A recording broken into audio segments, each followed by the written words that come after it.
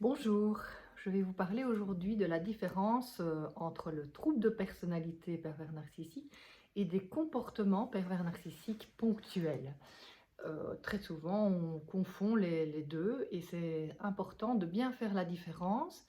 Et donc, je reprends pour cela l'idée de Racamier qui dit: «Le mouvement pervers organisé est à l'origine de la perversion narcissique». Un mouvement pervers organisé prend naissance dans l'enfance et finalement il se structure petit à petit au cours de l'enfance, au cours des interactions de l'enfant puis de l'adolescent avec son environnement familial, surtout au travers d'une relation particulière avec un parent qui est lui-même dans ce trouble et qui teinte la relation de violence ou de négligence.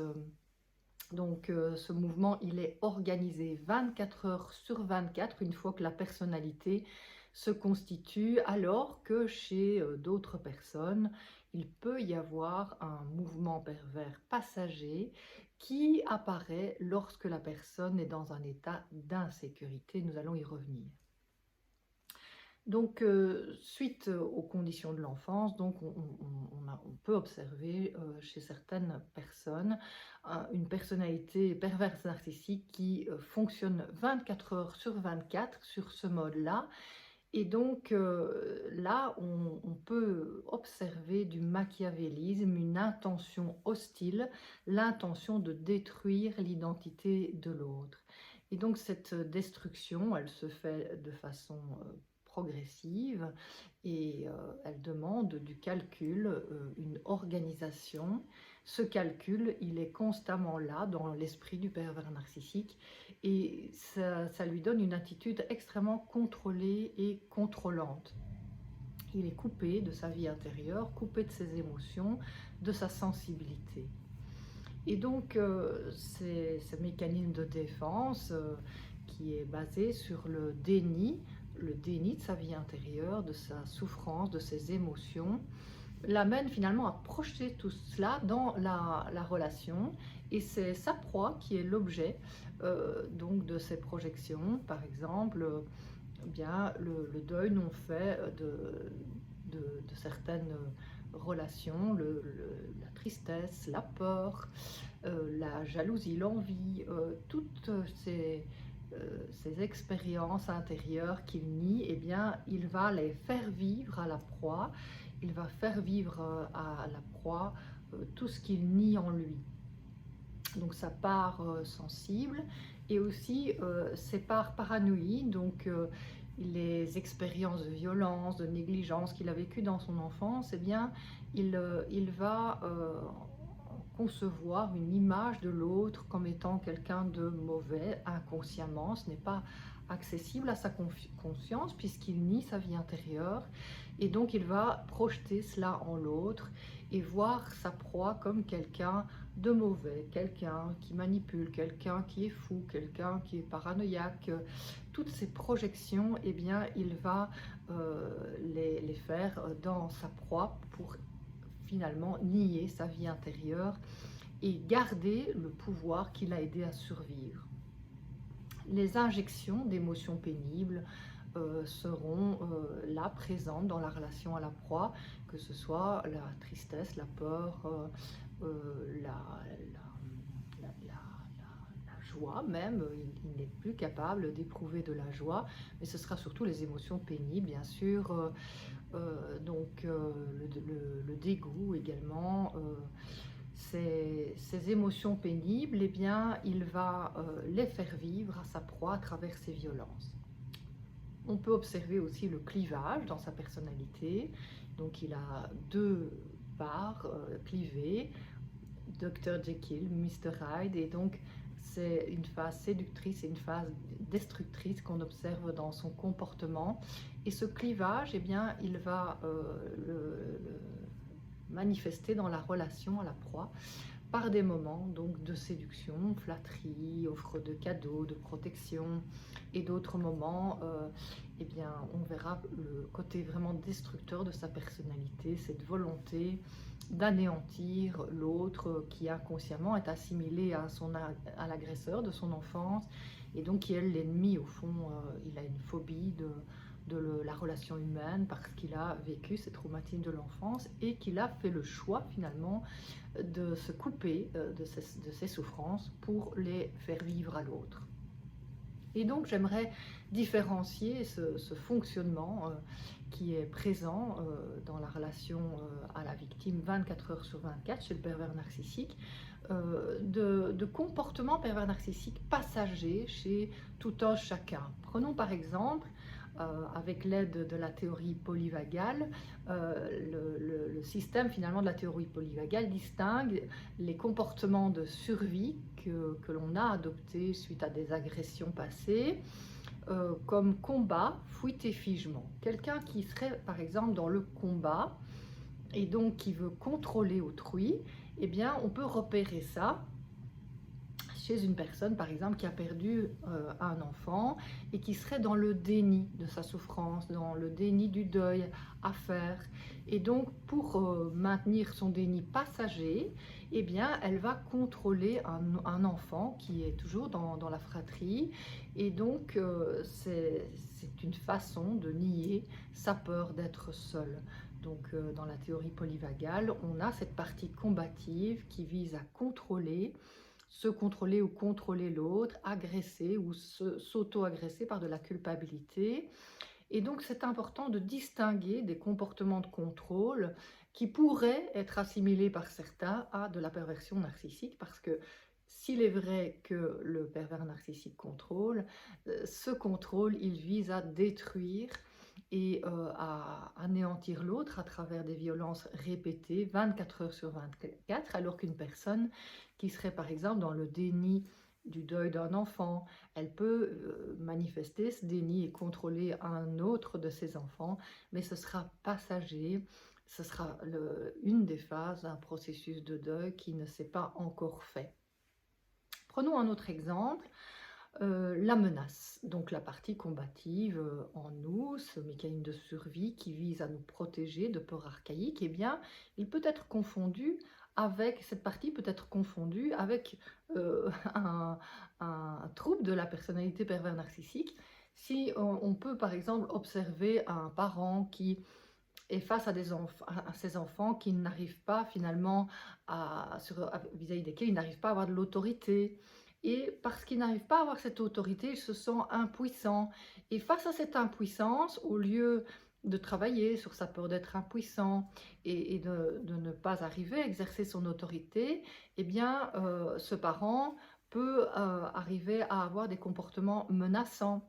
Par exemple, bien, si tu ne m'écoutes pas, tu vas voir ce qui va t'arriver, tu vas être privé de nourriture ou des choses comme ça. Et donc, ces comportements agressifs qui font partie de la partie combative, eh bien, ils sont là ponctuellement par rapport à cette peur d'être impuissant, et la personne peut finalement après se remettre en question, se dire ah oui non, non là j'ai vraiment été agressif ou agressive et c'était pas approprié, je n'ai pas eu un comportement parental adéquat, sécurisant pour mes enfants.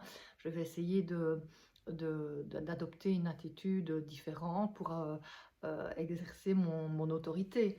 Donc voilà, là on peut confondre de nouveau comportement pervers narcissique ponctuel, la menace, la violence verbale, avec un trouble de la personnalité, et ce serait une erreur bien sûr, hein. Alors, un autre exemple, alors, ce serait plutôt la partie fuite. Donc, dans la théorie polyvagale, on distingue partie combative, partie fuite et partie figement, qui sont des comportements de survie chez tout un chacun face à un état d'insécurité. Alors, pour la partie fuite, prenons un autre exemple. Dans la partie fuite, on s'évite, on évite ses émotions, on évite ses besoins, on évite une relation, ou bien on adopte des comportements de manipulation ces parties fuites, eh bien, elle va se traduire, par exemple, par la fuite de l'engagement, éviter l'engagement dans une relation affective. Est-ce que quelqu'un qui évite l'engagement et qui finalement fuit la relation est nécessairement une personne qui a un trouble de la personnalité perverse narcissique? Non. S'il est vrai que le pervers narcissique fuit, évite bien sûr l'engagement, évite toute forme d'intimité avec l'autre, eh bien, ce n'est en aucun cas pour cela qu'une personne qui évite l'engagement dans une relation est perverse narcissique. Cela peut être un moment ponctuel dans sa vie où elle est dans l'évitement, par exemple suite à une perte affective, et donc elle est insécurisée, elle a perdu confiance en elle ou en l'autre, et donc ce n'est pas pour autant qu'elle est perverse narcissique. Elle est dans l'insécurité, et cette insécurité l'amène au figement, à la fuite, alors que le pervers narcissique ne ressent aucune insécurité puisqu'il lutte contre la souffrance de façon permanente, il refuse de ressentir de la peur.